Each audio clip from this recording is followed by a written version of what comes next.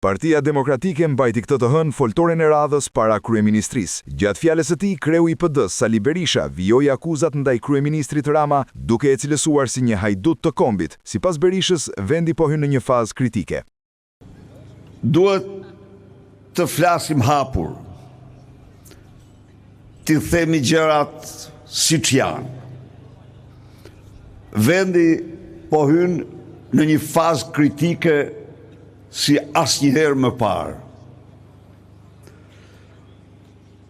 Edi Rama, siç e shifti, pasi është kap, është vërtetuar si kryehajduti i kombit, deklaroi publikisht se korrupsioni do të mbrohet, nuk do të luftohet. Deklaroi publikisht para secilit shqiptar se lufta kundër korrupsionit është më e dëmshme se vetë korrupsioni.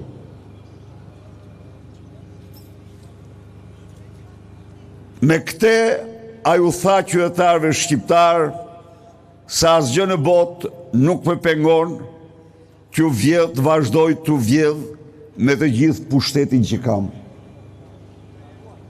Kjo ishte deklarata më pandëgjuar ndonjëherë në historinë e një vendi. Ndër të tjera, kryedemokrati foli edhe për integrimin në BE, ku sipas tij Rama dhe Vučić duan ta shkatrojnë këtë ëndër të kombit shqiptar. Tani që ka shpall motën se unë do i vjedh shqiptarët pa pyet njeri, tani shkruan me padronin e tij, Aleksandar Vučić,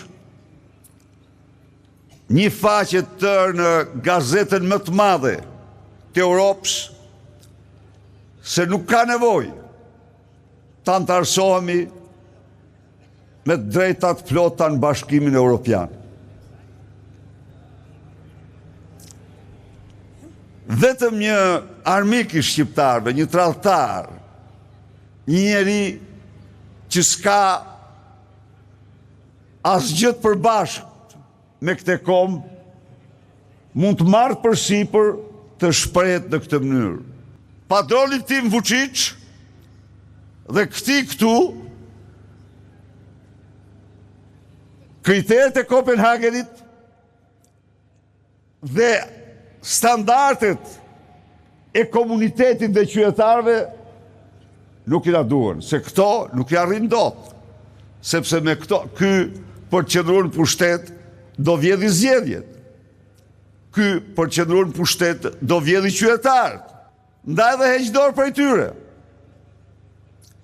Heq dorë prej tyre duke shkatruar në këtë mënyrë ëndrrën më të bukur të këtij kombi, ëndrrën europiane. Në fund të fjalës së tij, Berisha u bëri thirrje qytetarëve të bashkohen në protestat e radhës.